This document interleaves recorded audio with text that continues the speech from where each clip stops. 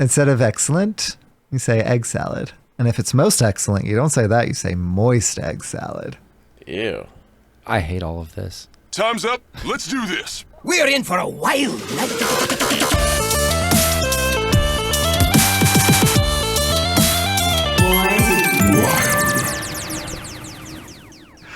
Welcome, everyone, to episode 232 of Born to be Wild, a Wild Hearthstone podcast, where we have fun hanging out with friends, talking about the wild formats of Hearthstone, and spotlighting members of the wild community. I am your host, ElectricSheepCity. It's great to be back on this beautiful Saturday evening here in Kickin' Rad, Colorado. I'm joined by fellow hosts, Hydralisk. Yo! And Schmoopydady. Happy to be back contributing to the pod. For those of you joining us for the first time, welcome aboard. We record this podcast live every Friday evening, except today, it's Saturday, at twitch.tv/borntobewildhs, and the video version of this podcast is then posted to YouTube shortly thereafter. Audio versions are also distributed to all podcast apps. However you are watching, listening, or absorbing via osmosis this podcast today, thank you. Yes, you. Schmoopydady, content plug. Before we get into the main topic of the show tonight, I'd like to say a quick thank you to the patrons of our show. Your support means the world to us. If you enjoyed this content, please like, subscribe, and comment on this video on YouTube. Another simple way to support the show is to leave a review on your podcast platform of choice. If you're watching live on Twitch, we've got some awesome emotes that you can unlock by subscribing to the channel. This is free if you use Amazon Prime. Finally, if you'd like to support our show financially, you can join our Patreon for as little as $1 per month. We have some channels in the Discord that are unlocked by subscribing to the Patreon, where you can see the show coming together each week. Check it out. If you'd still like to interact with us personally, please join our Discord, a free and amazing online community of friends from all across the world who love talking about Wild Hearthstone. Links to all of this stuff and more, including our merch, can be found on our website, which is www.borntobewildhs.com. And for the first time in a long time, I get to ask, Sheep, how's your week? Meowdy. My weeks have been okay. So school, a lot of that thing, almost done. So just 2 more weeks. I got the final big thing next week, and then the final week, which is really low key. The following week. So cool. And then I'm done with this class and only 2 more. I'm almost done, man. I'm so close. June. It's right around the corner. Work has been wild ride. There's been a lot of kind of dramatic stuff there. Luckily, I'm not at the center of any of it. But you know how it is when there's drama on that front. It's dramatic. On the Hearthstone front, though, I've been playing quite a bit this week, especially after the StarCraft mini set, Heroes of StarCraft mini set came out, and played a lot of Standard because that's where, these kinds of things usually have the biggest impact, but played a decent amount of our format too, including I was playing last night this incredible odd Zerg Death Knight. It does not need to be odd. You're hero powering almost never until you're dropping Kerrigan, Queen of Blades, anyway, and then you're hero powering any chance you get because you're doing the pew pew pew. Yeah. But it's a fun deck. I was positive with it, actually. I think I ended up going 10-7, something like that. Wow. Yeah. Nice. Even with the dead draw of Baku every once in a while. I made the joke before stream that Baku was a dirty rat protection. I did not say that I actually had it serve as dirty rat protection before. Unlucky. Unlucky. On 2. I won that game. On like 4 or 5. Maybe it was 3. Shortly thereafter, because I had a free mana 7/8 instead of a 9 mana 7/8. I once had like a manic moment planning for THL, whereas like I was bringing odd DH, and like everybody else in my team, it was like Knops and Triple Lift. They're all like they're all like cold spikes, right? Mm-hmm. And they're just like tryhards, and I'm just like so guys, like if you're playing into odd DH and you're playing a Reno pile, would you keep Dirty Rat in the opening hand? And they're like, yeah, I'd probably keep Dirty Rat in the opening hand. So I'm like, all right, so if like I get Baku, assuming they kept Dirty Rat, I'm gonna keep. And like Ken Ray's like, bro, you're not talking about keeping Baku in the opening hand, right? I'm like, I'd never do that. But like I kind of was. I was like talking myself into it. It's like, all right, so like I'm gonna play 3D chess on these guys. So did you? No, thank goodness, no. And actually, the couple times that I did bring odd DH to THL, I actually won with it because it was a deck I had a ton of reps with because I was trying to get 1K DK at the time, or DK, DH at the time. Mm-hmm. So like I was very comfortable with it, but like yeah, I was actually like having a moment where I was having a mental breakdown and like talking about keeping Baku in the mulligan for rat protection. So yes, in a similar vein, back in like the old gods era when I had Cthulhu in my opening hand, somebody dirty ratted me on 2, and I got a 6/6, right? And that actually won me the game. So I ended up, yeah, it was amazing. I won with my Cthulhu because they dirty ratted my Cthulhu, and it actually worked perfectly. I mean, it wouldn't work every time, but yes, it would. It's great. Yes, it would. No. I was right the first time. It was so good. So is your face.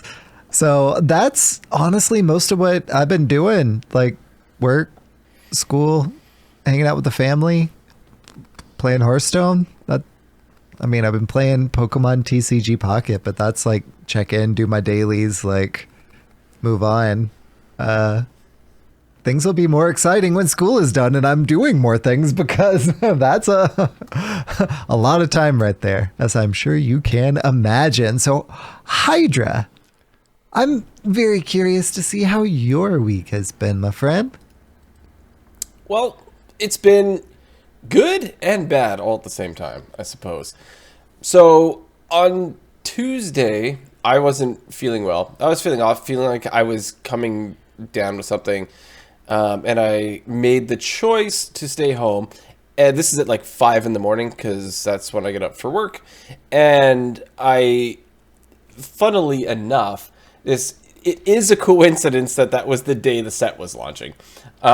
It was not because of the set. But no, seriously, it really wasn't. And then I realized later, because I went back to sleep, I woke up, and I go on the computer and everything. I'm like, wait. Like, holy crap, today is StarCraft mini set day. I'm at home. Well, guess what I'm doing?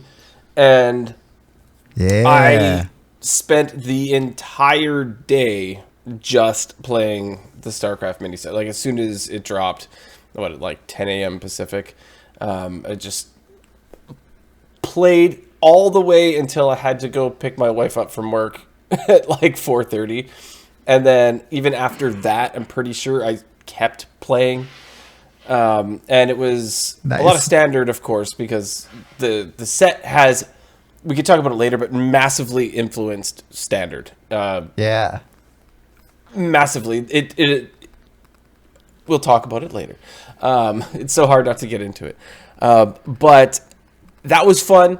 I don't often spend an entire day playing Hearthstone like I used to. I used to do that a lot, and it was just a blast because I was like in love with what I was playing. Like, it was just good. I was jiving with the set, and it felt so fun to me. I think it's mostly because I have such a connection with StarCraft that it felt that way to me, and the cards are busted. So it was just awesome. Then what have you been playing mostly in Standard? I'm guessing Zerg because yes. So I spent the entire day playing Zerg. I started off obviously playing Hunter because the Hydralisk card, and was playing that for a while until I started getting beat by all the DKs, and then I switched. Yep. Yeah, because that deck's good. This is the yeah. So I need DK wins anyway, so that's fine. So I went with that. I don't need Hunter wins. But then on Wednesday, I went to work, and I was actually feeling worse than I felt on Tuesday. Oh, no. But since I had missed the day, I felt like I needed to go, and I got there, and more than 2 people said that I should leave within the first 15 minutes that I was there. It was Unlucky. one of my employees came in, and I masked up because I wasn't sure what was going on with me, and I was talking, and I had just, you can tell when someone's voice is just not right. Yeah, the kind of throat stuff. The throat stuff, and the octaves have gotten lower, and you're just not feeling well. And then one of our newer higher ups came in, and he was talking to me, and he's like, "What are you doing here? Just go home." And I'm like, "Really? I guess I could play more StarCraft Hearthstone." Straight to the higher up's face. Zerg rush. Anyways, but yeah, multiple people had said, "Yeah, dude, you should get out of here." So I took off. I came home, and I did actually, for the first, I would say 2 hours, play some more Hearthstone. But then I took a nap. Well, what I did is I went to bed, and I tried to watch the movie Doctor Sleep. Now, I've tried to watch this movie 3 times, and I've only ever watched it when I was sick. And it's 3.5 hours long or something. It's a long movie. And It is a long movie. I've fallen asleep every single time, so I've never actually completed this movie. It's called Dr. Sleep. Of course you're going to fall asleep during the night. It's so funny. Thank It's you. so funny because it goes exactly with the theme of the movie. The main character is Danny Torrance from The Shining, and he helps put people to sleep when they're close to death. He sort of helps them go to sleep. That's the whole premise of the movie. It's just his thing. Because he has the. So you're close to death watching this movie, and Mr. Torrance is putting you to sleep. Red Rum, Hydra. I don't think Ewan McGregor ever read Rums in this one, but he totally should have. Well, I mean, I finished the book, but Even the better movie, book than movie, but really good movie. yeah. And I just, for some reason, like I said, I only ever try to watch it when I'm sick, and because I'm not really good at sitting down and watching movies, but if I'm sick, then I don't want to get up, and that's a good time for me to do it. And it didn't work out. So I woke up, and there's 20 minutes left in the movie, and there's some crazy stuff going on, and I'm like, pause, turn off. It was spoiler alert, even though I've read the book, but movie spoiler alert. Yeah. If you know what I mean. So then I played a little more Hearthstone after that, but that was a 3-hour nap that I took because I was feeling horrible. And then the length of the movie. A 3-hour nap. I go to work on Thursday, and I masked up again because just trying to be safe. And I stayed for the whole day, but one of our top engineers, we were having a conversation, and he's looking at me, and so I'm wearing my mask, but he could see my eyes. And he's like, dude, are you okay? And I was like, I'm fine. He's like, are you sick? Well, yeah, like a little. And he's like, you're sweating and you have like, you look like you have a really bad fever. You need to leave. And I was like, I can't. I have too much to do. I'll just sit at my desk. No one bug me. So I like isolated myself like in my office area and still did stuff as much as I could. And there's this sweet lady at my work who she's like a mother figure to a lot of people. She every time someone's sick, she like tries to take care of them. And she gave me this thing where she filled my big Yeti coffee mug thing with, she like sliced up ginger and then just poured a bunch of hot water. And so like a whole like ginger root inside my cup and hot water. And she's like, drink this, you will feel better. And so I was drinking it, and at first, like, holy strong. Like, I was inhaling it, and that made me cough. But, like, I feel like it actually worked, because I drank 3 full, like, Yeti mug things, full of that throughout the day. And then on Friday, I went to work, and I felt fantastic. So Nice. maybe the, like, ancient treatment of feeling horrible with ginger actually works, and I've not been aware of it until now, but it was great. But yeah, I played a lot of Hearthstone. My deck tracker was doing the whole no thing like the entire time until today, so I guess it's fixed. I didn't notice an update, but it is working now. And then I also screwed up watching the live stream. I didn't watch it with my proper Twitch account. When I was watching the live stream to get the drops, I was on the Born to Be Wild account, which is not the one that is connected. So I didn't get the golden pack thing. Oh no. So I screwed that up. So if any, I don't know, maybe I could connect the Born to Be Wild account to my, but I don't think I can because I already have another one connected. I don't think you can. I think you already screwed that. I think I already screwed it up. Probably past the point of no return. Yeah. Past the point of no return. But in other TCGs, I wouldn't call it TCG, but another card game is, you guys ever played that Monopoly Deal game? It's The like card game around the table. Yeah, it's like the card version of Monopoly, where all you play is with just the cards. My wife bought that on Amazon like today. It like showed up and we were playing it. It's so fun. Like, it's actually really fun, and the games only take like a max of 15-20 minutes kind of thing. And there's a counterspell in it, by the way. And counterspell works. Schmoopy. What? Not me this time. And then you can counterspell someone else's counterspell. Like it's totally a thing. And so I kept, when I was learning the game, funnily enough, just using Hearthstone logic, it helped learn that. It's a very simple game. But that was a lot of fun. And then finally, I'll shut up. I've been ranting a while about my week. I just played so much Hearthstone and it was amazing. But I am now reading, even though I have seen the movie when it first came out, I am reading Gerald's Game. I don't know if you've read that one, Sheep. No, Stephen King's Gerald's Game is the terrifying book of basically a woman is stranded. I don't want to get too much into it, but she's stranded, handcuffed in a bedroom by herself in a remote location.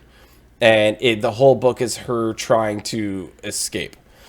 And you're in her head, everything she's thinking. And it's a very terrifying situation because she's alone and she feels like she's going to starve or dehydrate and all this stuff. And it's crazy because you get all of her internal thoughts and everything she's thinking, every tiny little thing.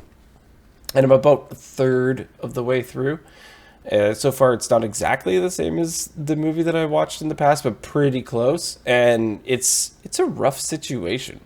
And I'm like really stoked into. You should read it at some point. Like it's pretty gnarly, I would say. You said it was called Gerald's Game? Gerald's Game. Yeah. Cool. Yeah. It comes before the book Dolores Claiborne comes after it. They're in the same series.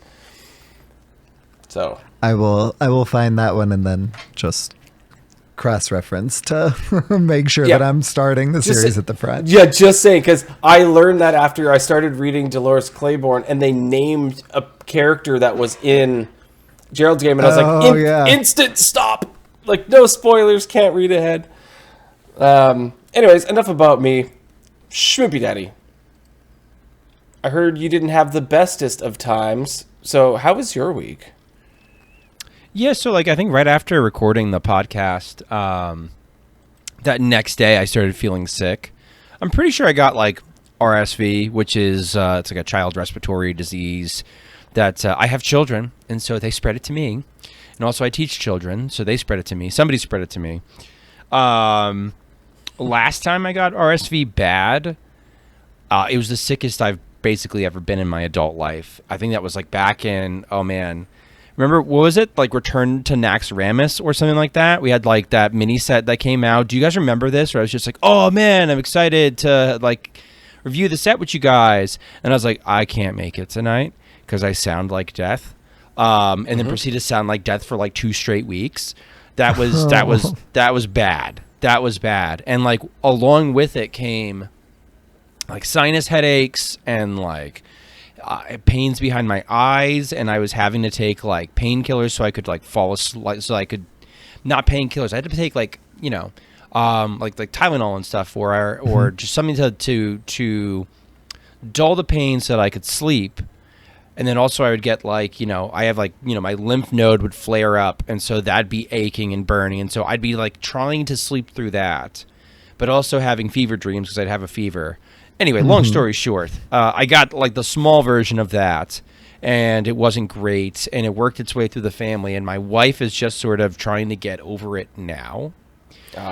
We've got a big family occasion tomorrow, which is like we're trying really hard to get ready, you know, get well for it. I'm a little bit skeptical as to whether or not we'll get there, but I think we will. Schmoopy update is he's still playing Soul Silver, and he has now today obtained all 16 badges, and he's thrown his Master Ball at Mewtwo, and he's catching. He loves like chasing down like legendary Pokemon. I think he likes that more than like the actual training and stuff himself. But because like I spent so much time getting him all 3 starters right for Soul Silver and Heart Gold, and I started I talked about it last week, where I was like I restarted the game a couple times, and I got to the point where I could trade, and then I'd trade my starter, and then, you know, I'd have to restart the file. But like, it's funny restarting on the old DS, because you had to actually like erase the memory of the game itself to restart the file. I didn't feel like Red and Blue were like that, because like I restarted Red and Blue like a million times, never remembered having to do that. So it was a big pain in the butt, and then he didn't use the damn Pokemon. So I myself was really freaking grumpy about it. And if we want to make that something that Grumpy Daddy gets grumpy about, that's old news. Okay, we can't do that. But I was really annoyed about it. But he loves legendary Pokemon. He loves collecting legendary Pokemon. He loves chasing them down and capturing them. So that's what he's been doing. So that's your Schmoopy update. As far as me, I spent this week doing like a little bit of viewer decks leading up to Tuesday. I actually played Monday, the day before the set came out, which is kind of rare for me. I've been sort of taking the last days of metas off because I've been like, well, I don't have to play in this meta anymore. And last meta kind of got to a funny place for me where it's really not all that bad. Like, there's some stuff that I don't love. Like, do I love how frequently I queue into Libram Paladin? Nah, probably not. Is Libram Paladin the worst deck in the world? Nah, probably not. Right? There's ways we can beat it. There's ways you can attack it.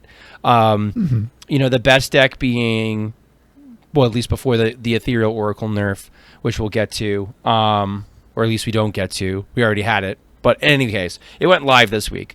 The Ethereal Oracle nerf kind of smacking Shadow Priest down a little bit, so that I wouldn't quite call it the best deck in the game, but it's one of the better decks in the game. Still, I think Wild's in a good place if that's happening. because that means that you can kind of hate on XL Shadow Priest or Shadow Priest, and you can do some funny thing when you have more time, right? So like you pack in enough clears and healing that you can beat that deck, and then, okay, I won a game, great. Now I'm against something slower. Now I'm against Mildruid. Now I can play Starship Shaman, right? Like, so you could do like kind of goofy stuff like that. So I found myself kind of liking last meta, toward the end of the last meta. And we could talk about how the new cards have come out and impacted Wild, but the nice thing is like, I've been really enjoying the mini set. I've been enjoying the mini set cards. We played mini set Survivor. It was cool because we went like 50-50 the first 2 days. And then Survivor came to a quick ending last night where I think I went, it had to be like 4-10 or something like that. Like I just started just losing like crazy. And some of it was me throwing. Not a lot of it was me throwing. A lot of it was me just sort of getting unlucky and opponents having the nuts. But I saw a lot. I've seen a lot of mini set cards seeing play in Wild. People are at least like trying them. And so I did my mini set Survivor, and we can talk about the deck that won and why it's winning. But also we had former WoW streamer, I guess sometimes WoW streamer and Hearthstone streamer, Lene came and hopped into chat. And so I met her, and she's just like, you know, today she was explaining to me, I don't know if you realize how OG I am. I went from like WoW streaming to Hearthstone streaming right from the off. It's like, oh wow, I didn't realize that. But she's made an impact on my stream because she's been constantly redeeming the Get Crushed viewer reward I have, where I take off my King plush and I attack my camera like so while making noises. And if you're listening via podcast, I basically take the little King plush that we all have on our thing, where we have a King plush someplace. I have mine on my microphone stand. I take it off and then I put my camera in its mouth so that it's been eaten. And Lene will redeem this reward like somewhere on the order of 6 to 10 times in a stream at random occasions. So I have to be prepared. I have to be on my game. And it's been fun getting to know her and her community a little bit. And like I was kind of saying, you know, before we started recording the stream, it's been fun kind of learning. I've been trying to leaning into a couple more standard communities, because I've seen, at least with the last standard meta, people were kind of like getting wild curious. And so making friends in like Curly Wordy Chord, and then like knowing some of the same people in like Prejudice. If you have ever watched Prejudice, she also used to play Wild. Now she mostly streams standard MBGs and stuff like that, and some, I guess, Warcraft Rumble. But you know, like I like getting to know some people from her chord, and so like, and obviously Ron's been on around the same time that I have. I'm usually raiding Ron Mexico. Just like sort of learning, leaning into more standard communities and making connections there and meeting people there, and just sort of seeing where people are at and seeing if I can convert some more people to Wild, because Wild has been fun, and I think Wild is in a good place right now, honestly, and it's not all that bad, and it's I had something funny to say, but I've completely forgotten it at this point, so I'm okay with starting the news. Welcome to the news. The news is so good. And the news has been really good, because on Tuesday we launched into Heroes of StarCraft. They came out with this kind of like little primer article for folks new to the game and wanting to get in and play with the StarCrafty cards and all that stuff, or, you know, returning and all that stuff. But like for us, let's be real. The mini set came, and I mean, we've been talking about how we've been playing like, whoa, all of us. What's your favorite Wild deck, Ben? Just in general, like top of your head, that features at least some of the mini set cards so far. The two that made the finals in my sort of little Survivor series, that like my chat people in my Discord sent in decks that had to include, for 30 cards, at least 5 mini set cards, for 40 cards, at least 8. And the two that made it to the finals that did the best were Questline Druid with a small Protoss package of whatever the Protoss dubious information is. I forget what it's called. I call it better AI, but Copper just told me it's worse dubious, but it's still cracked. 2 copies of the 0 mana pylons and Artanis, and that's a really cool deck because we're going to get to it in the news, but there was a hotfix that allowed for cool cats to interact with the hero, and so that deck got a lot better and a lot cooler. The other deck that I thought was actually surprised me very much was Colossus Mage. If you make a wild Colossus Mage, we have Bran, we have Ice Block, we have Alibi, we have Sleet Skater nonsense that we can do. We can buy a lot more time to get Colossus cheaper or to just sort of build up our Colossi and their power. I had one turn where I dealt over like 72 damage once, doing Bran, Colossus, and blew someone up through Bulwark from like 50 something health. So like it's really kind of sweet. And that deck did pretty well. That deck went like 3-2 through the competition. So I'd say like those 2 in particular impressed me. Yeah. But obviously, you guys can attest the Zerg package is not unfortunate in Wild either. Absolutely. Yeah. Hydra, I'm very excited to hear your favorite so far. Well, it has to be Zerg Death Knight, right? So in Standard, it's a force to be reckoned with, but I think that in Wild, it can be kind of versatile, which is kind of interesting because you can play it like a couple of different ways. You have the choice to be very swarmy at the beginning, or you have the choice to make sure that you're upgrading, like buffing your deck and everything, so you could be a little more mid-range. And then you could completely like go the long game. If you have Kerrigan and you have the Brood Queens that just like keep fueling you and giving you more things. So depending on your opponent, you could decide how you're going to play. Swarm the board at the beginning, or you can like hold back a little bit and attack with bigger minions. Or like I said, long game, you can just keep like getting more stuff.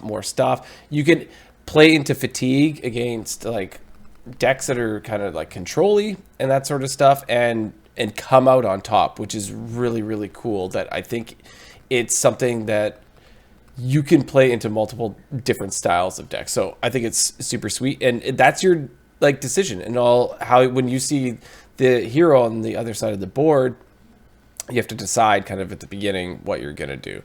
And I think that's really sweet. Schmoopy, looked like you had a question. Oh, yeah, no, real quick. Like, I find just a yes and on top of what Hydra's saying, I think that the spawning pools, the giving Zerg rush at a critical moment and kind of having a swing back turn, that particular interaction I find to be Wild appropriate power level. Right? Yeah, like, you hold on to it, right? Like, you get the location down to 1 left, and you just leave it on your board, and you like wait for that moment for like when you need your board to have rush.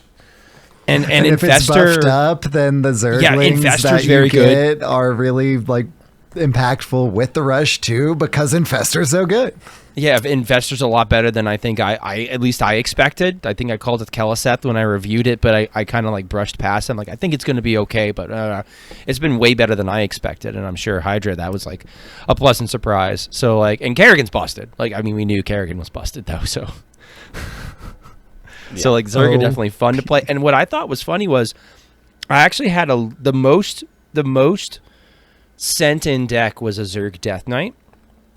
And they were all in like different styles. There were some burn styles. There were some control styles. Like the Zerg package itself creates a lot of corpses, which is helpful if you're relying on corpse explosion to take down Libram Paladins, like I'm often am. Like in the body count actually does matter. The Zergs themselves also play very nicely with Construct Quarter and things that like, oh, I have a tiny little token I could turn into a 4 or 5 rush. That card's busted. So like the Zergs are not unfortunately placed in Wild either. I've seen some people say like, well, Zerg DK has to be like tier 3, right?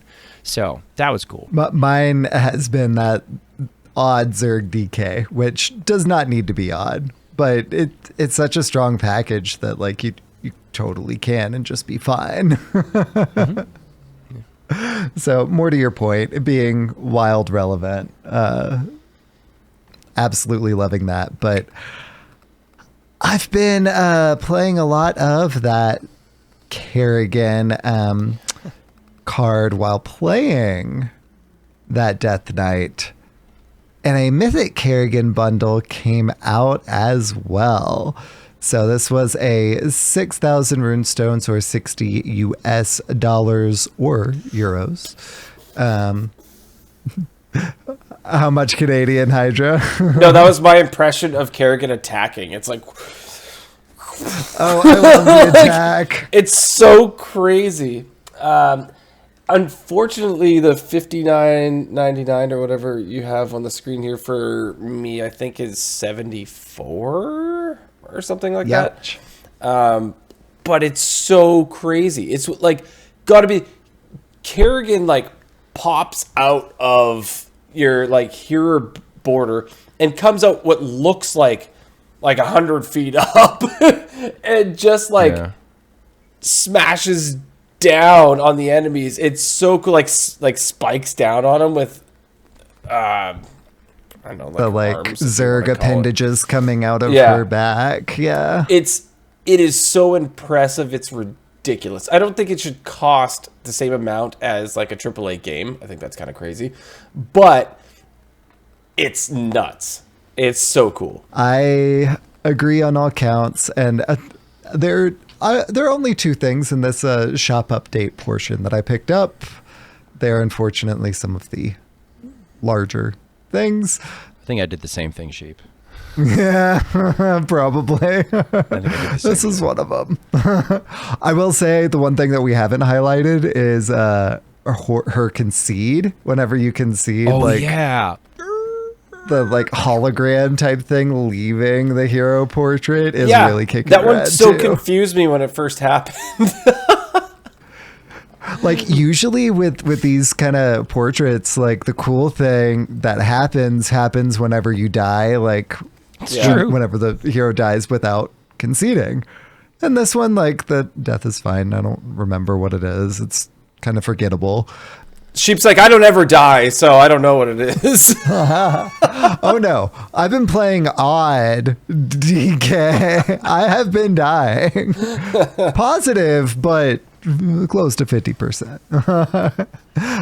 But it's forgettable. The concede, though, is just, chef's kiss good. Yeah.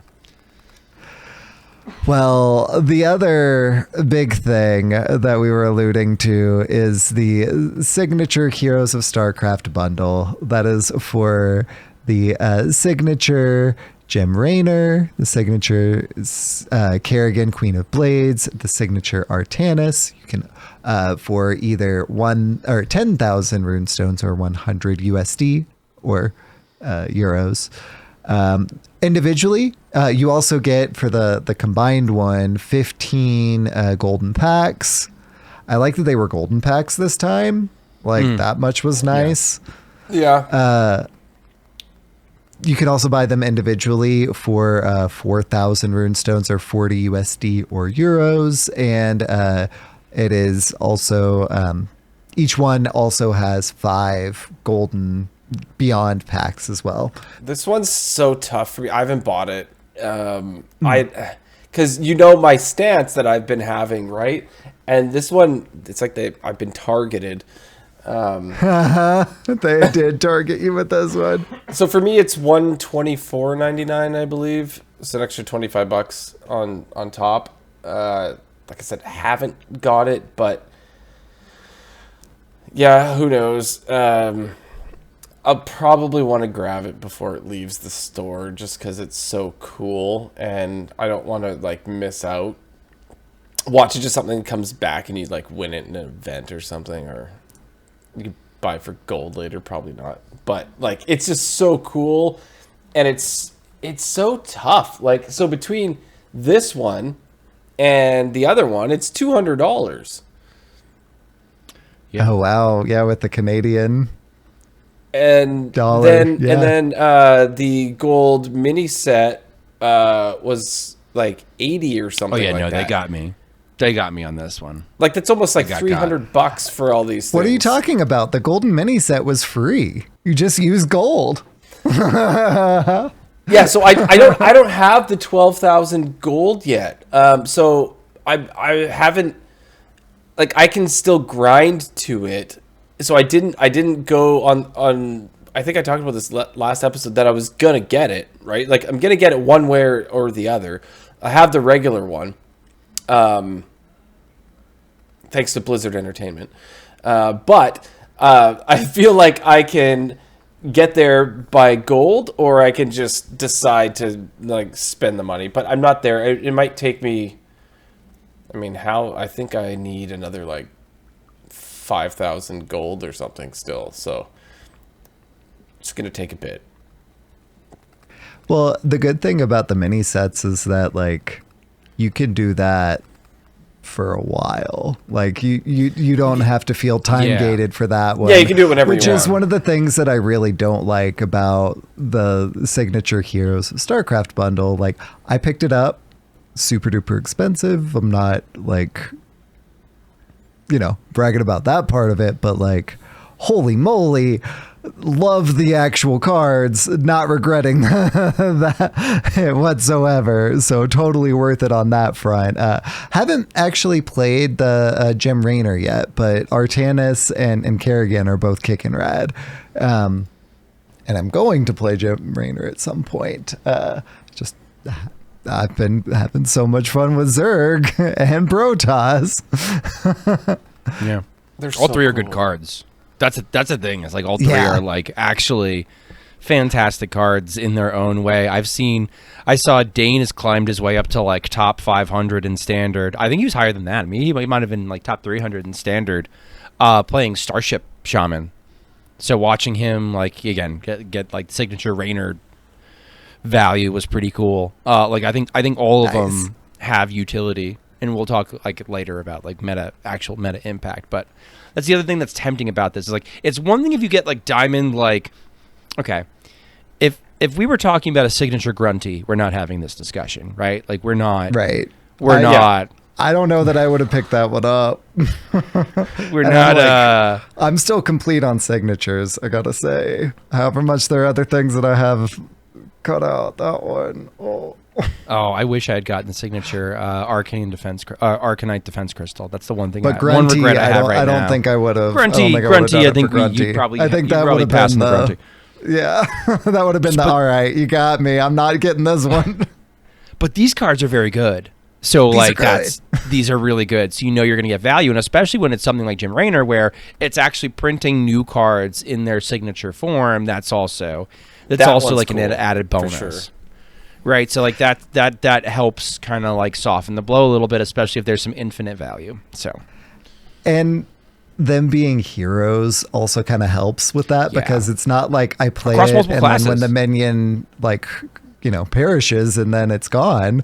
It's I play it and then it sticks around. And then, more to your point, it's I'm playing it can play it in multiple classes. Like, this is not just I picked up a Diamond Amenthul because I love the in particular Zarimi Priest in Standard, played that to 11x multiple times, like, played Amenthul like whoa, so I picked that one up. I can only play that in Priest.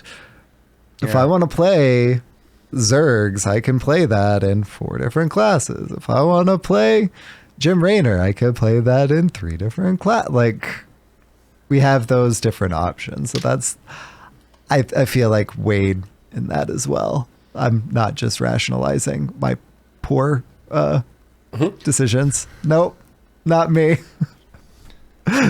Nope. let's get to the dumber bundles. So there was also a number of other bundles, one of them being the Jim Raynor bundle. This one gives you the Jim Raynor Hero Portrait for Paladin, a card back, and 8 card packs split between 2 Beyond, 2 Warrior, 2 Shaman, and 2 Paladin. Because my screenshot just had the Paladin on there, of course, Jim Raynor can be used across all 3 of those classes. It's actually not a bad portrait either. I didn't try the portrait's emotes good. at all, but the portrait's fine. It's just like we're we have a glut of options at the moment, and so it takes a back seat. But actually, if you did pick this up as opposed to the other ones, you probably made a smarter buy. No, if you really, it just depends on how much you love these characters. Like, I'm not exactly like hearing things like, "This is Jimmy," is like so cool. Like to me, like stuff like that is just so neat because it's such a throwback. So I don't think I listened to all of the emotes from this one, but just even opening Hearthstone right now. I was going to ask about this. Okay, yeah. Instead of like the innkeeper Welcome speaking. back.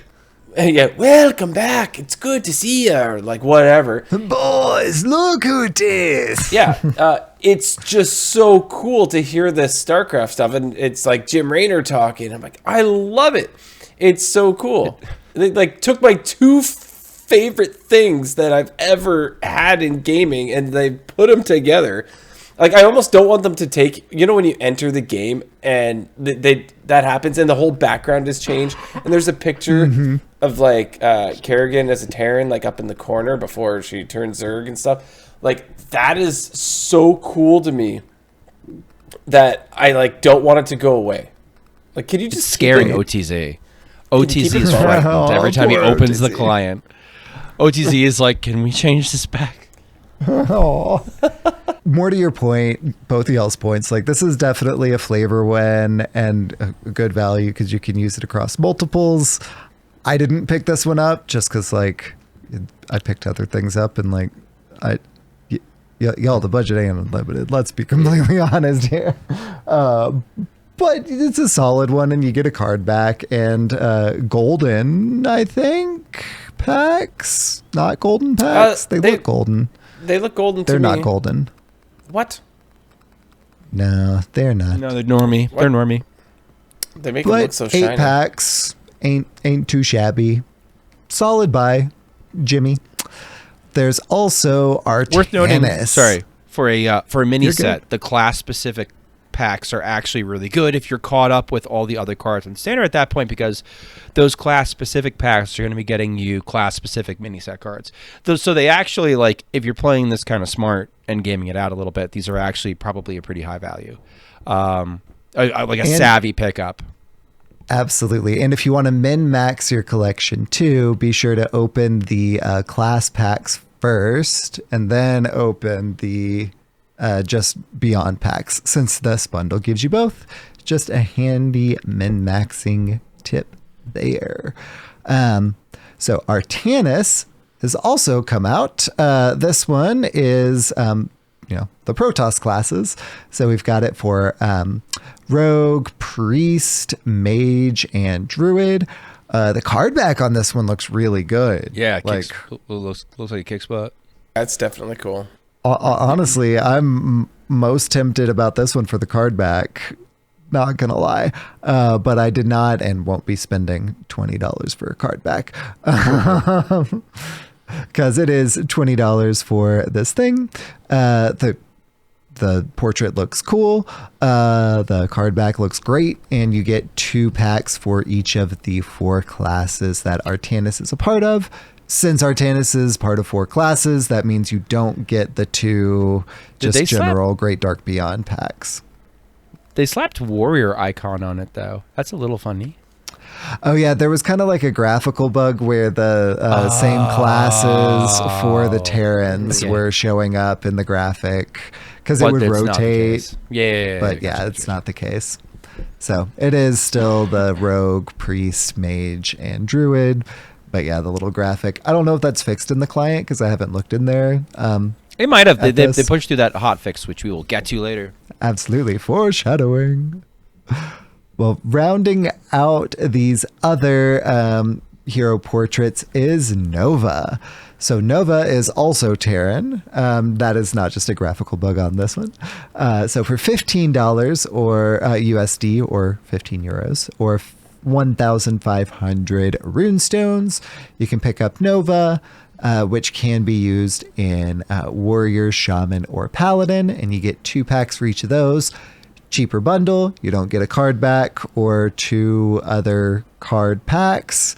The I'm not super familiar with Nova. Hand up. It's been a while, so I'm gonna kick it over to Hydra. So Nova has multiple times Blizzard has tried to make a Nova like exclusive game, right? So there was a game called StarCraft Ghost that was going to be about Nova. Then they tried it again like 2 more times, and it just never came to fruition. And so they gave Nova like a spotlight in StarCraft 2, which is really cool. But like, so Nova's really cool, and it's cool to be seen as a hero here. So this is kind of one that I think that I'd lean towards if I was buying any of these. And actually, now that I think about it, I mentioned it was Kerrigan on the home screen. Maybe it is Nova and not Kerrigan. I'd have to go back and look at when we open up the client. Well, you better get it right, Hydra, because otherwise you're going to get absolutely flamed in the comments on YouTube. I could. Holy cow. I could. I haven't really analyzed. You never know. So it might actually have been Nova. I'd have to go back and check. The Blister Guy Blister is coming for you. Yeah, exactly. Got to correct myself before Ray gets at me. But Nova's super cool and is getting a cool spotlight here because there just has been multiple attempts to put Nova on the map. What's up, Pete? Every time they get close to putting out a Nova game, they stop and read her name with a space and just read Nova. If you speak any sort of Spanish, it's like no go, like. Well done. Yeah. Jokes are funnier the more you explain them, too. Right. All right, what's next? Absolutely. So we've also got, since then, this was also on to, well, you know, I'm going to jump back a little bit because when the mini set itself launched, we also got the in-game event. So Heroes of StarCraft, we got to choose, is what the event is called. We got to choose between our 3 different characters. I chose Protoss because of the portrait. Protoss buddies. Check it. I know a lot of people chose Zerg because like the Zerg decks are good and fun and Kerrigan is great, but like I just got a Kerrigan portrait that I'm going to use in those classes. The thing is, it's not a Kerrigan portrait. It's who was it? I can't recall. I have to go back and check, but it's not Kerrigan. It's somebody else, and it's for Warlock, but it is not a Kerrigan portrait. Ooh. So, yes, Warlock, the strongest of the Zerg classes. Which I didn't realize before. Unironically, kind of, but also not. It's yeah. So Zergified Tamish is. Tamsin, that's right. Yeah, that's right. Televaz, so it was kind of funny. I selected Zerg because I always select Zerg, and then I was like, "What?" Oh no! You could preview before you selected, which is I like that they did that. Yeah. Have you learned nothing about what I do? I buy Wild packs for a on the long wrong time. servers. Like I pre-order the like I. Come on, Schmoopydady. You think I read the fine print? I understand. You're in my chat. I get it.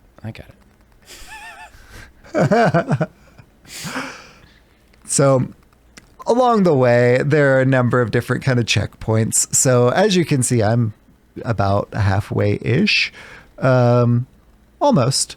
I'm halfway through collecting the rewards for the event. So the first reward collection you get is 1 Beyond pack and 1 Showdown at the Badlands pack. The second checkpoint, 1 Great Dark Beyond pack, 2 Showdown at the Badlands pack. The third one, I haven't gotten this one yet.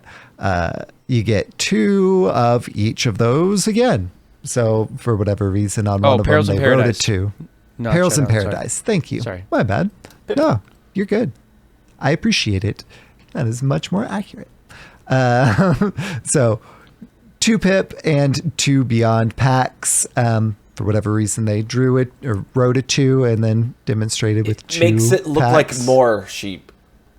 I mean, kind of does, but it's just kind of weird that because in the first picture we get 2 pictures of packs, and then the second one we get the same 2 pictures of packs, but they drew a 2 on it, and then in the third one they had a third pack, but then they keep the 2 on the Perils in Paradise. It's just Don't it's just a question little it, funky. sheep. Don't question it, sheep. It's Trying to, it's, like, it's maximize- perfect. Flawless. You're just I was utilizing not the questioning space. it. I was saying it looked funky.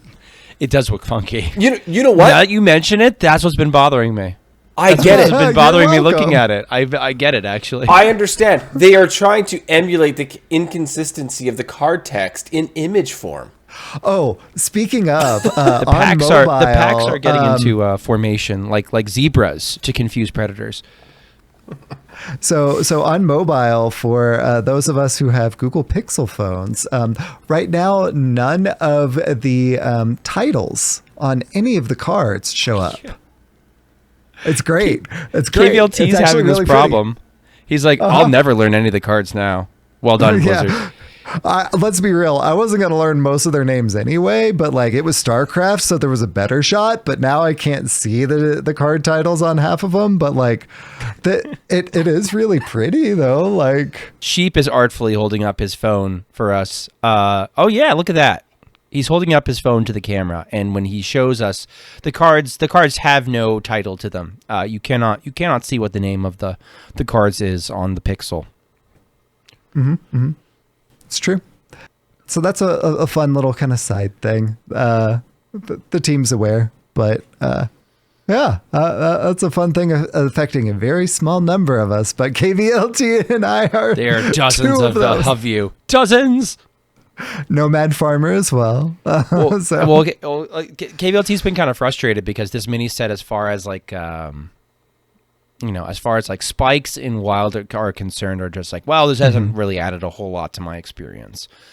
And so he's just been jamming the same Aviana Druid over and over and over again because its main predator got nerfed and whatnot. So he's just like, well, I would love to cook, but none of the cards inspire me. So I don't need to know their names either. So that's a funny aside that's just sort of going on. But we can flesh that out a little later. But what about the card that, what's it called?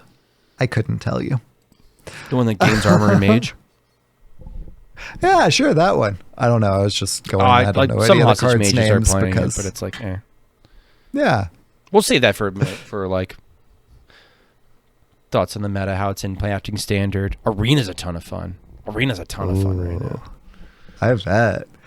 Well, in standard, also on Tuesday, Nexus Prince Shafar has been banned. So Nexus Prince Shafar is the one that's a 3-mana 3/3, I believe, that the spell bursts like give a minion in your hand +3/+3 and the spell burst.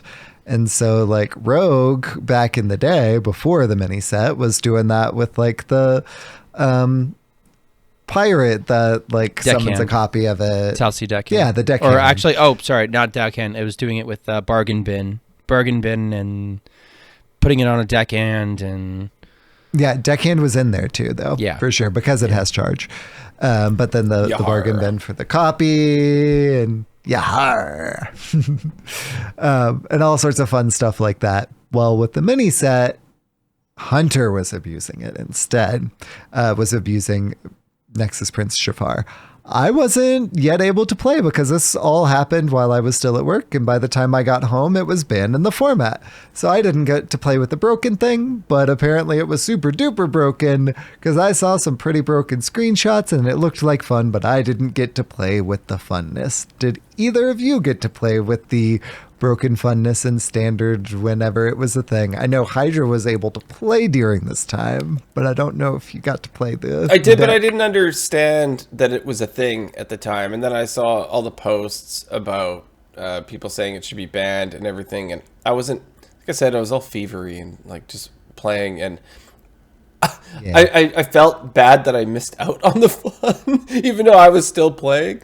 Yeah, because I I don't know where I grabbed my Hunter deck list, but it probably wasn't the prime deck list at the time. I was having a great time, but I wasn't winning as much as I should have, as I had mentioned before. So I was there. I was there, but I was apparently oblivious to the broken thing while it was happening. Unfortunately. Understandable. Schmoopy, did you get a chance to play with it? Hydra tried to make a new Schmoopydady segment where Grumpy Daddy, where I get upset about a certain topic. If I would give this mini set, as far as fun goes, probably a 9 out of 10. But one of the things that I do take umbrage with was this particular move. So Shafar Hunter, looking at HS Guru, early donkey stats, it was a big flash in the pan. When you lost in standard, but it had a 52% win rate. Weapon Rogue and Dungar Druid and many other decks were way ahead on the pecking order of this deck. Now, when it high rolled, Now, we've been doing something similar to this in Wild for a bit. Once we got Shafar to start the mini set, Copper Scum cooked up a deck using Whoppertinger in Hunter. Essentially, as one of the few beasts, you tutor it with something like Scavenger's Ingenuity, and then you drop a Shafar Battlecry on it in the Smuggler's Crate, and now you're doing the same silly things that you're doing, where it's like, okay, Whoppertinger to Whoppertinger, and you're making the big boards. And so, considering that Copper was playing this deck at a pretty reasonable clip towards the top of the EU ladder, people were excited when they saw the Zerg package, because they're like, oh, look, we got Zergling. We have another copy of Whoppertinger. Well, not only that, we also had spawning pools, which in and of itself is a third, fourth, fifth, and sixth copy of Whoppertinger. And so there are some really impressive screenshots as far as stat dumps that you're able to create with the deck, and it was a real tier 2, tier 1 deck in Wild. I think they probably banned, I don't know, my visceral reaction is I'm upset that I didn't get to play with the thing, and that they made a snap decision on a young meta inside of what felt like 6 hours and banned a card. I think that the devs are great, and they listen to feedback from the community, and sometimes they listen too well, and they do things before they necessarily need to do. And I think if the donkey data is speaking for itself, it might be upsetting or tilting to play against, where all of a sudden, boom, you're just blown out by this huge stack of stats. But if it's only a 50% win rate, is it really all that bad? And so I was a little grumpy that, no, I didn't get the chance to play this. I actually held off playing any decks until I loaded up my viewer decks as to start my stream, and that was going to be the first time that I interacted with the new cards. I didn't even start an arena run. I didn't even think about it. It was a Tuesday, and I happened to be extra childcare duties during that time, so I was just like, I'll play on stream for the first time. And so it was banned before I could even try it. The people that did try it were just like, oh, this deck's really cool. This deck is fun. It's nice that it's going to actually impact the Wild meta. And so I am a little bit miffed that we don't get to play this, and we didn't get to play this, and we weren't given the chance to play this. If I'm going to be upset about anything. Now, is that 100% fair? They were really trying to make sure that the rest of the mini set didn't get drowned out by one singular experience, and so they made a snap decision. They made a call. Was it the right call? Ultimately, it might have been, but that doesn't mean that I'm not still grumpy about it. So that's, if we're gonna have a grumpy daddy moment of the show, it's that I got Shafar Hunter got banned before I got to do the silly. Yeah, there's a certain part of the world, like we are North America, that most people were at work, completely missed it. Then there's another part of the world that people were probably sleeping the entire time that also missed it. So there's unfortunately a lot of people that didn't get it, but maybe the idea was to prevent it to get to the masses. I don't know. Maybe there's some stat they're looking at other than the win rate of 52%. Maybe it was play rate. I don't know. They've waited 42%. Like they've waited 48 hours in the past before making a change like that, and been It was like, so yeah, quick. okay, we got to step into it. But it was so quick. I can only imagine that the internal data must have been pointing to something like really there had skewed, to be it something. I hope play so. rate I hope so. Or something, because this was It better been. Like that's the thing. It's before like, I got a chance to play it. And I was able to play stuff as pretty much as soon as I got home. And yeah, so it being that quick of a just straight up ban, I have to imagine that they were seeing something that may or may not have been evident on things like Donkey. Again, it's a limited play it's a rate, limited sample but- size. Yeah, they have access to all the data, whereas we are picking Yes. up breadcrumbs. So yep, sure. That said, I would have liked to play with the broken thing a little bit. Like, give us at least a day of it. Standard's not used to that kind of thing, though. Standard's not used to things being broken. Like, Standard gets nerfs and adjustments and whatnot. Like, whoa. Yeah, you don't want to tick off your main customer, I guess, right? Like the biggest customer, the Standard players. And if it was potentially that broken and you're having a, they nerf or ban based on play experience, not necessarily win rate and stuff. And people are going in and they're trying to do the new cards and this is happening and they're like, okay, well, it's either I play that or I quit.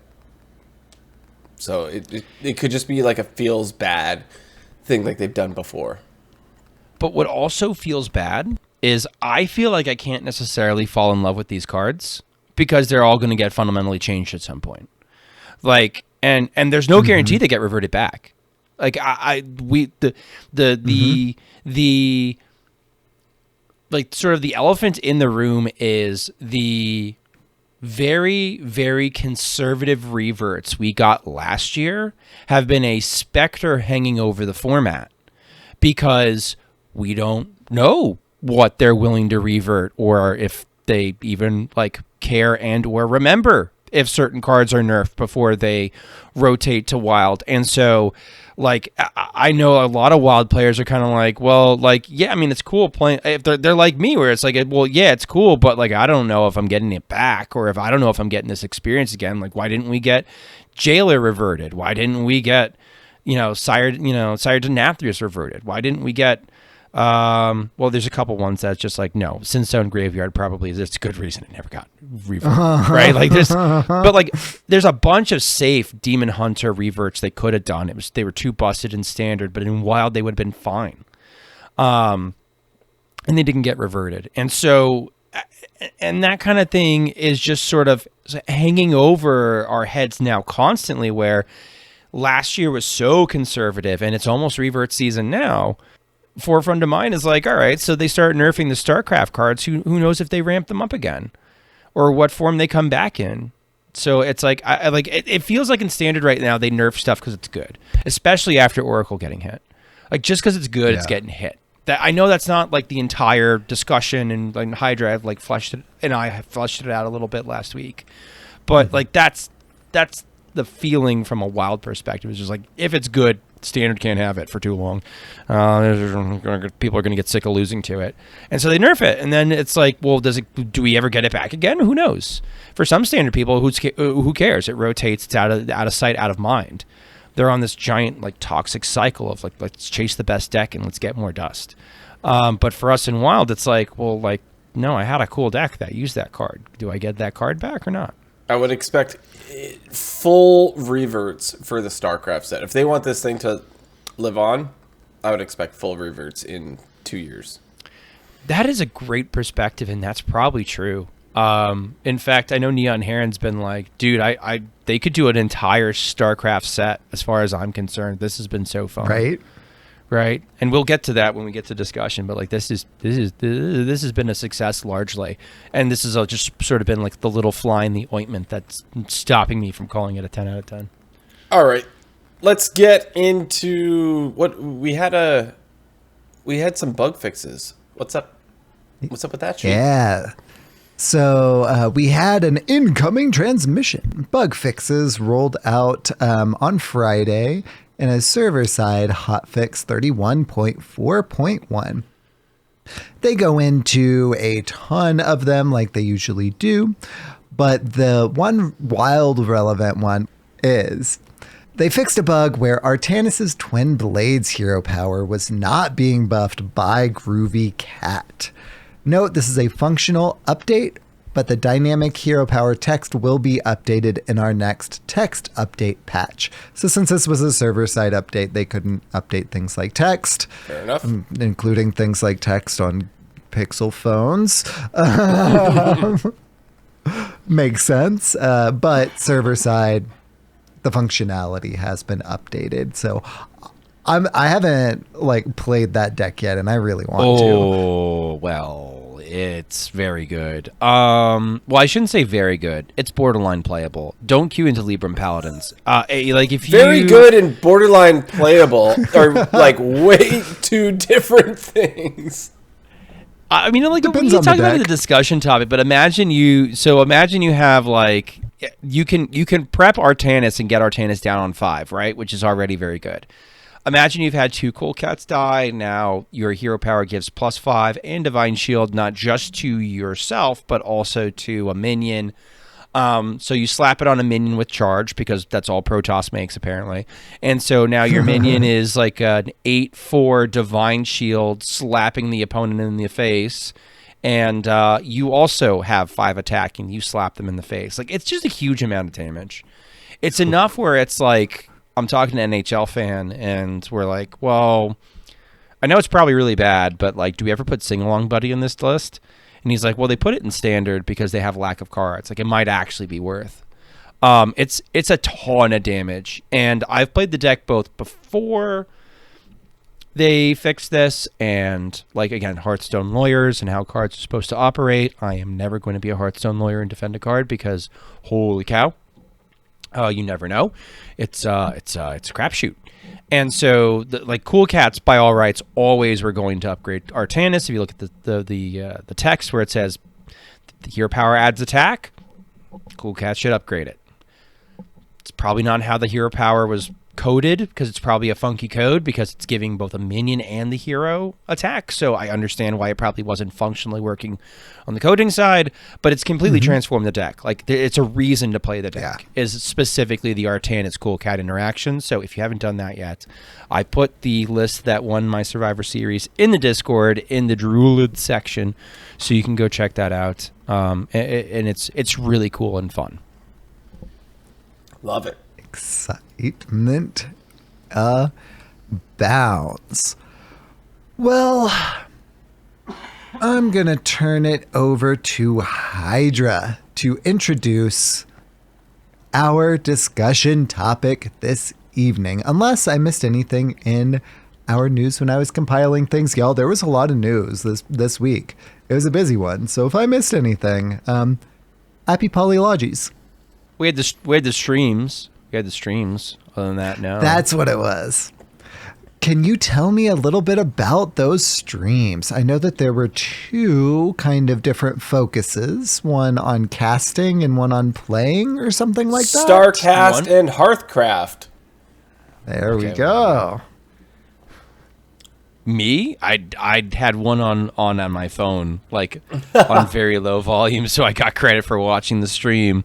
And the second one, I actually saw a fair amount of, just because Curly Wordy, who occasionally streams Wild Games, though she's mostly standard now, was playing. And so so they it was basically split an event over 2 days. One was Day 9 versus Trump, which how badly did Trump beat Day 9? I don't know. I just assumed that Trump was just slapping Day 9 around, and the announcers were doing their best to be oh, and it's a great game. Both teams trying hard. I don't know. But if you watch that, The best part about that was it was StarCraft announcers announcing a Hearthstone game, which for that was cool. That's fun, because they kept referring back to they only knew they used to play Hearthstone like when it first launched, and they're like, I remember River Crocs and like stuff like that, right? And so I heard about this. And I so heard it was like, it's just funny. Like, I think they did a great job for what it was. It's just they weren't like up to date on like how to maximize your mana and what you should do on each turn and that kind of thing. But it was still good. I think the only downfall on it was I was watching the stream, and both Trump and Day 9, like if you were watching like HCT, the person is muted, right? Like the person playing, right? Like when you're watching, and I think that was a mistake. They didn't have Trump and Day 9's mics on when they were playing, because you're watching them and you're looking at Day 9 and he's like, sorry audio listeners, but he's making these crazy gestures and laughing, and like Day 9 is very entertaining to watch super play. Entertaining. Like he's just like having like the greatest time, and then like Trump, he always gets in there and he thinks through his turn, and Trump, he loves value, right? He's all about value, and he's like not playing any cards. The mayor of Value Town, in fact. Yeah, and he's just like trying to get there, and Day 9's slinging cards and everything. The very first game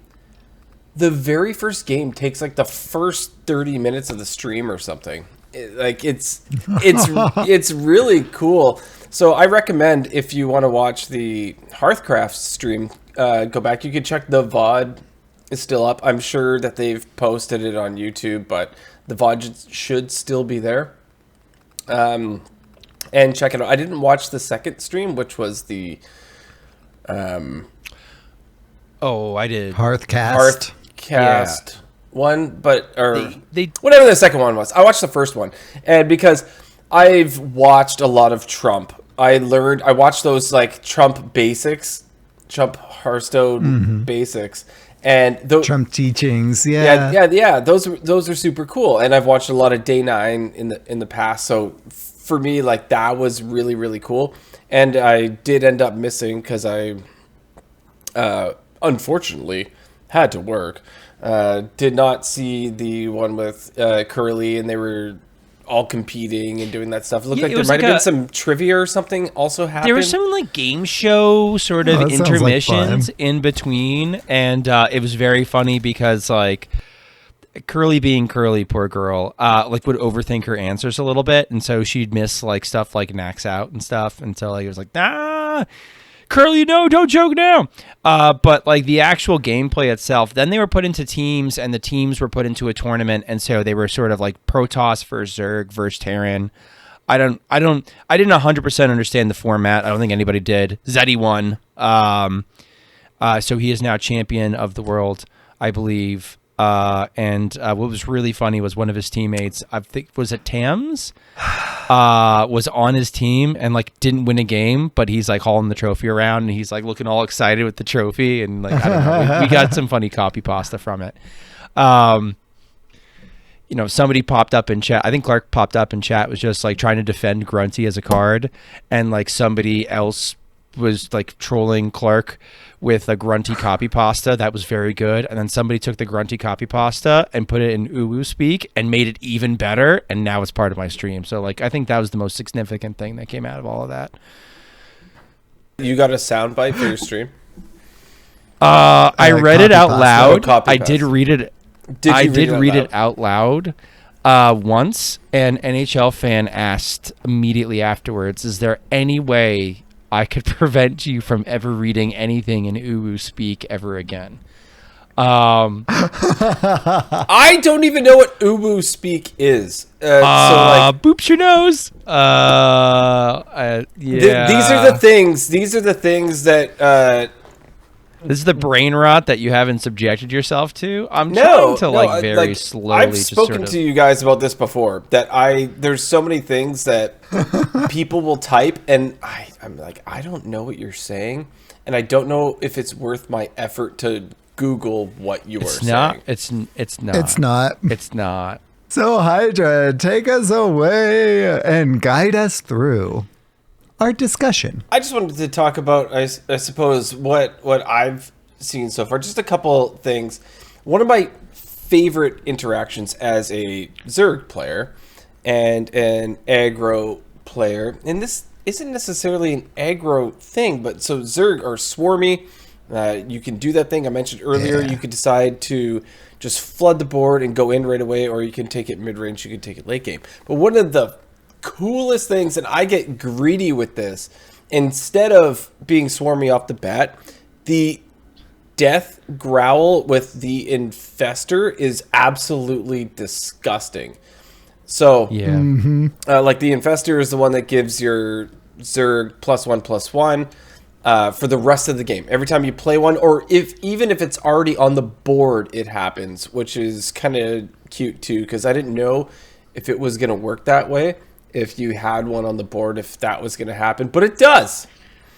And it's really, really gross. You're getting to the point where you have, like, I've had like 8899 Zerglings, because so what you do is, so if you don't know, the infestor is the one that gives the +1/+1 to all your Zerg cards, and Death Growl is the spell that gives adjacent minions the death rattle of the minion in the middle. And you can keep like chaining this and spreading it, and which is like a total Zerg thing. Like, you are spreading your swarm, and it just gets out of control. It's kind of like, I was watching a Day 9 stream and they were joking about you built a bigger green man. Like, it's a big meme about him saying that, because that was something that, if you ever watched Day 9, that was like totally a thing with Jades. But it gets out of control, and it is amazing. So I tend to get greedy with it. I'll hold on to it. I sort of mulligan for certain things. I know that it, like a certain mana that I can pull this off, and I'll hold off a little bit instead of going swarmy. And then my favorite thing that happens is people playing the Horn of the Windlord in Paladin, that when it attacks, it gives the minion that you attack, they're supposed to go down to, It makes them a a 3/3. 3/3, and it doesn't work, and it's hilarious. Well, it works great because it makes their base stats a 3/3, but then all of the additional stats from the infested whatever are added on top, which is why reborn things don't only have 1 health, because they were reborn with 1, but then they get the plus whatever on top of it, which just makes it even better, because you can give things reborn really easily with Viper, and you can have your infestor down, and then you can Viper. Yeah, I missed that with Viper. The fact that, like, a lot of times you're pulling something that, especially if you've gone wide with Zergs, you're pulling something that you can probably kill with only like 1, 2, maybe 3 Zergs. So everything else has reborn, and ew. There's so much everything reborn. left over has reborn. Ew. Oh God. Depending on when you're dropping the Viper, you you could just kill whatever you bring down without even one of your Zerg dying, and then you just gave everything reborn. Yeah. It's great. So it is one. It's happened multiple times where someone is trying to attack as a paladin into one of my minions, and they just end up taking a ridiculous amount to the face. Like, they take like 7, 8, 9 damage to the face by attacking a minion that's been over and over enhanced. And like, they're like, what? I had a match today where within the same match, the person tried it twice, which was so funny. Did they play wild? It was a standard match at around. They should. Maybe they should. It was a One it was of a us. 9 it was a One 9x standard match, and they tried it twice. It was a couple turns apart, but it was funny because they did it once, and they started hovering the card, and they were trying to figure out like what had happened, and then the next turn they did something different, and then the following turn after that, they were like, you could see they were trying to think if they should try it again.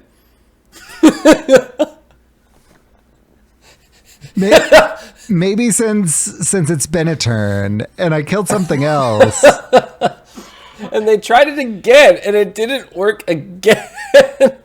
Well, they had to make a hypothesis. They had seen something happen and hadn't quite registered, right? The two synapses hadn't fired yet. So like they had to like make a hypothesis and test their analysis. And, Yeah, I know, and I'm laughing because like I understood. And I'm laughing because it was dumb. But now they know. So And knowledge is power. and knowledge is And power. knowing is half the battle. So basically, for me, I've just loved Zerg as a class, faction, whatever you want to call them, and that is just what I've been jamming so much. I would just like to say that in the meta, I know that we are a Wild exclusive podcast, but obviously this has been affecting Standard a lot, like this mini set. It has affected from the, I don't know, like 50 plus games I've played easily. It's like everybody is playing it. Like there's, unless you're playing some sort of like Libram Paladin or like whatever, it's almost all mini set cards jammed into stuff. It's so cool to see everybody is building starships, and if you're not doing that, you're swarming as Zergs, and then there's like the odd person that's like it's mostly Terran. I have not seen as much Protoss. There are dozens of us. I have not seen a lot in my experience. And I have, like, as a StarCraft player, I've played the crap out of that class in StarCraft. So I know that the carrier is broken. When you line up a carrier, it is so good. But I haven't seen a lot of it. Oh, that was a deck that did very well in my Survivor Carrier Druid. Dude, once you got the carrier down, like Shadow Priest had fits. It was like because the carriers like they're not only killing the Void Touch Attendant, but like some of them are hitting face first, and so like the Void Touch Attendants, like even if it gets hit like with the first carrier drone, the drones have to what's the word I'm looking for? They have to do their thing before the attendant is registered as dead. So like they're hitting face for 5 each, and it's like holy crap. It's a bunch of damage, especially for a deck that like Shadow Priest kind of hits itself a lot sometimes. So like that was cool. Like that felt kind of realish. Yeah, I haven't like played a deck itself centered around the carrier, but I got it whenever I was playing PP earlier and was able to get it like down and just like win the game with it. Sorry, Protoss Priest, PP. Well, it sounds like an appropriate time to pass the mic. What are your first thoughts? Let's go with Sheep on what you're seeing. Yeah, so I've loved playing. I've been playing a lot of Standard because that's usually where the impact of these kinds of things hits the hardest, and everyone. Standard has a lot better deck collection and distribution than Wild does, especially now that Tempo Storm is gone, right? Yeah. Well, not gone, but not Hearthstone anymore. So I typically start out in Wild or in Standard, and that this was no difference there. I've been playing a lot more Wild the past few days. Again, the past couple days, yesterday and today. Again, not unusual, and it's kind of been like Hydra said. I've seen kind of a mix. Like I've seen a decent number of Terran things. I haven't seen a whole lot of Protoss in our format either.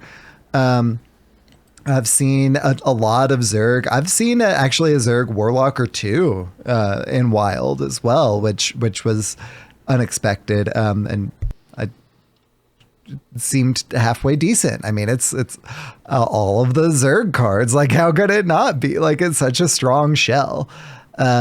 So I've been really impressed with the wild impact of it. And it kind of seems like the impact may be short-lived, but maybe long-term. I think that the packages are viable. They're not going to get any additional support. So it's kind of like, okay, this is what it is. Knowing what we know about the sets from the Warcraft Direct for the next year, I highly doubt that we're going to get any other StarCraft support, like, period. Right? So this is what we got. And I think it's strong enough at least to be impactful and to be an option, if not like the best option to play for, at the very least, the foreseeable future, because it's so synergistic. So all to say, I think that this mini set was kind of incredible from a wild perspective, and from a flavor perspective, and from a standard perspective, at least so far. I've been really impressed with this one. I would just like to mention one thing. If you you mentioned the Zerg, the shell, we call that the carapace. Oh, so it's a carapace, not an exoskeleton. Major StarCraft total nerd joke, by the way. That one flew over my head. Yeah. So what do you think? Because you heard ours. What do you think? Yeah. Impact on the wild meta is a funny thing and a funny, interesting discussion. Top of the wild meta, as far as tier 1 decks, we had a new tier 1 deck and it got deleted within 6 hours. Did any decks that were really good get any support from the mini set itself? I'd say maybe Hostage Mage got a 2 mana gain 6 armor spell that then gets, the next time you repeat that spell, gives it a 2 mana discount, so now you're playing it for free. And so you could basically chain free Protoss gain 6 armor spells over and over and over again. That looks like one of the last cards to add to the deck. In a lot of cases, you don't even really need it to do the thing. So it's like, eh. Best deck in the format got nerfed. So the new best deck is probably Malygos Druid, which runs the same 40 cards it's been running. Nothing really changed. But I think it changed a lot in the wild format itself. And you might say, well, Schmoopydady, how is that possible? How can you have it both where it has no impact competitively, but also has an impact? And the thing the mini set, Schrodinger's impact. yeah, it's like, it was like, right. It's like, well, what the hell are you talking about then? Well, I think what's been impressive about the mini set is has given us a legion of tier 3, tier 4 decks to play, right? Like we watched something like Starship Shaman have success in standard. And so then we start building our own Starship Shamans, or I don't know if Starship Warrior is a standard deck at all, but we have a lot of ways to buy time in Wild and Warrior, and like that deck can, you know, that deck can beat Libram Paladin and like wind out the clock on that Libram Paladin while also doing the Starship things. And so the variety of Wild, at least for me, my experience has felt the first couple days like the mini set has improved it. And I do see the new cards getting itself inserted into, especially Kerrigan, inserted into things like Reno Hunter just on its own. The fact that people are even playing Death Knight, like playing Death Knight period in Wild, is fantastic and an achievement in and of itself. So I feel like it's been a very, very good, I feel like it's been, as far as like meta impact mini set, I would rate it at 7.5 out of 10. Taking into account the Shafar ban. As far as how fun it's been in the format, I would say it's been a 9 out of 10. I think it's very much improved, like the fun things you can do in the format. And if the best it can do is take Questline Druid and make Questline Druid a viable tier 3 option, you know, that's not all that bad, really, if you consider that. I really like it when sets add to the variety of the wild meta, as opposed to as opposed to make something so broken that it fundamentally changes Wild. And then you have to kind of get used to the landscape and figure out what's going on and figure out if it's a good meta after that. This has been more of like same old, same old. I actually have like, you know, I put off for my own content making like a here's what's good video because the mini set cards were coming, and then the mini set cards came, and the reality is like the video is going to largely remain pretty much unchanged, right? Like I don't have a ton of cards to add to the best decks in the format, but the format does feel better and different and more diverse and weirder and funner. And I've been playing a ton of Wild. I've been playing a ton of Arena. Arena feels amazing right now. I feel like there might be a couple classes that are a little bit more unbalanced. Mage feels turbo broken. Death Knight's very strong. Shaman's very strong. Hunter's very, very strong. But like it's all the new cards. The new card is like pushing everything. And the new cards feel awesome in Arena and really cool. And the strategies that you get to explore, it's not like they're super dominant, but they feel very cool. And so like the gameplay has just been like just solid. I might actually hit the level 400 on the pass this expansion, assuming they don't like, you know, end it early and pull the rug out from under us. It's been really cool. Fine, I will start an Arena run. You better. You better. And I have a resource for you. You can figure out what cards are the good ones using Hearth Arena tier list and pick which ones have the good scores. Egg salad. Moist egg salad. So there you go. That's my meta update.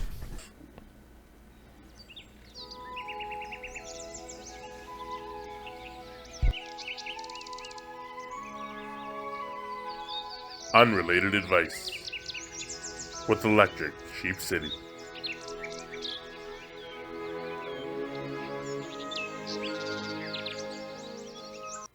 It me. Okay, so over the past, I don't know, 3 or 4 years, there's been a few occasions where when I get sick, my favorite thing to do is watch a movie and kind of fall asleep during it. I mentioned that in my week, that happened with Dr. Sleep recently. Now, I am a glutton for punishment, and I happen to watch movies that are kind of messed up when I'm sick. I like messed up movies, but what ends up happening is if I'm like in a fevery state, I'll have a weird fever dream while I'm watching the movie. And so that has happened with Dr. Sleep at least once, maybe twice. And the worst one that ever happened to me was The Deer Hunter. While watching the movie The Deer Hunter, I had a crazy fever dream while laying in bed, just sweating, and I'm part of Russian roulette. Like, it's just nuts. Someone's yelling Mao at me. Like, it was bad. And so I've not seen The Deer Hunter, so all of that is especially funny for me. It's scary. Okay. It's scary, but you can put it on your list, but don't watch it when you have a fever and you're laying in bed. Okay. Really bad idea. Now, because I like these movies, I'm looking for a suggestion because I seem to be making mistakes. Next time I have a flu or COVID, heaven forbid, and I'm laying in bed and this is happening to me, if you could give me, say, like 2 or 3 movies or your top movie that I should watch that would be a fantastic fever dream, what would those be? So for a while there, like about a decade or two, whenever I would get sick, I would watch The Walking Dead. Not a movie. A good idea. I mentioned.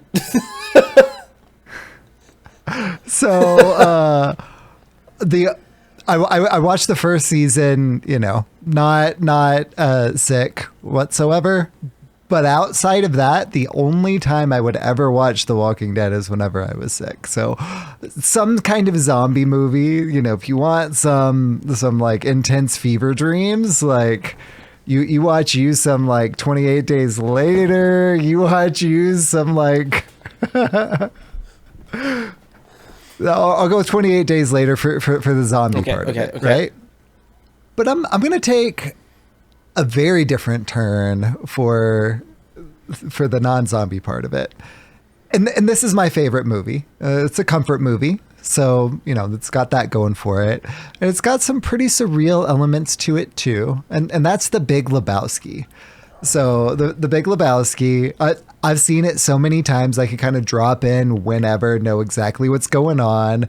There's, like different montages and stuff like that of different things, like erratic behavior that could send you down an interesting fever dream, but also some kind of like fun and fantastical events that could send you down an interesting fever dream that way too. So we've got watch you a zombie movie, 28 Days Later being the representative there, or watch you The Big Lebowski. Those are my two recommendations. So The Big Lebowski seems like an excellent idea. I would love to have that as a fever dream.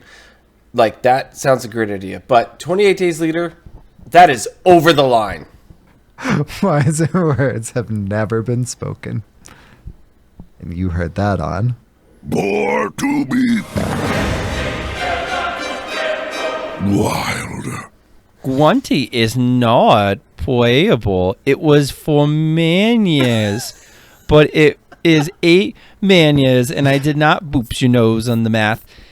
The boops your nose average stat of Guanti summon Moorlock is 1.2 attack, 1.1 health. So basically, you are summoned for a wisp, which typically costs 0 manias. So why even is the boops your nose point if cookie is not available? Also, the boops your nose card doesn't even go face, and even if it was 4 manias. The boops your nose card Murloc went face. It would still be a 0 stars card.